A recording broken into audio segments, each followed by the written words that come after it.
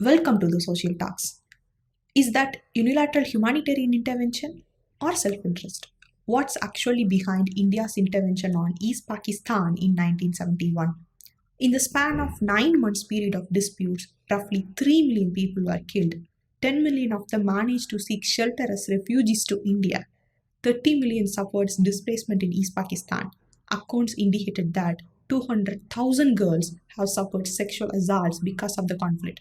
The slaughter took place between March and December 1971. The mass atrocities ended when the Indian intervention led to the creation of the new state of Bangladesh. After the East Pakistani Awami League party led by Sheikh Mujibur Rahman won the national elections in December 1970, tensions grew because West Pakistani parties, namely the Pakistan People's Party, opposed giving up control. The East Pakistan Awami League party secured 167 out of 169 seats in the East Pakistan Legislative Assembly and nearly 313 seats in the National Assembly.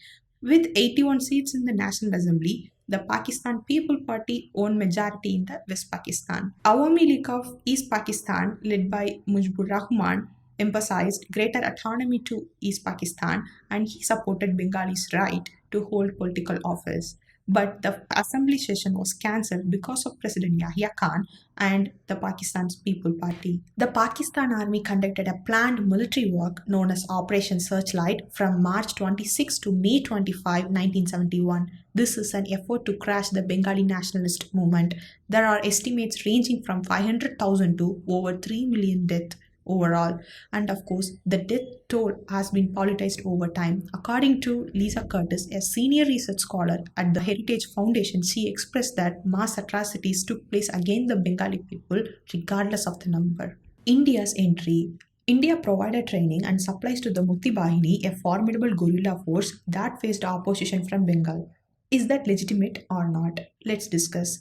Because it ponders the motive of intervention and expand to further queries. States often conduct military intervention in the context of their national interest rather than responsibility to protect people.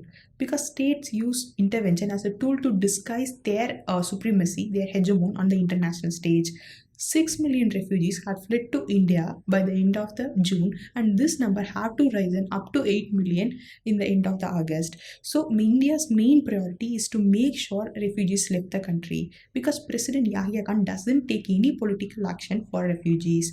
Additionally, United States explicit support for Pakistan and Chinese possibilities of invasion. So these create pressure for India both internally and externally, that is international level.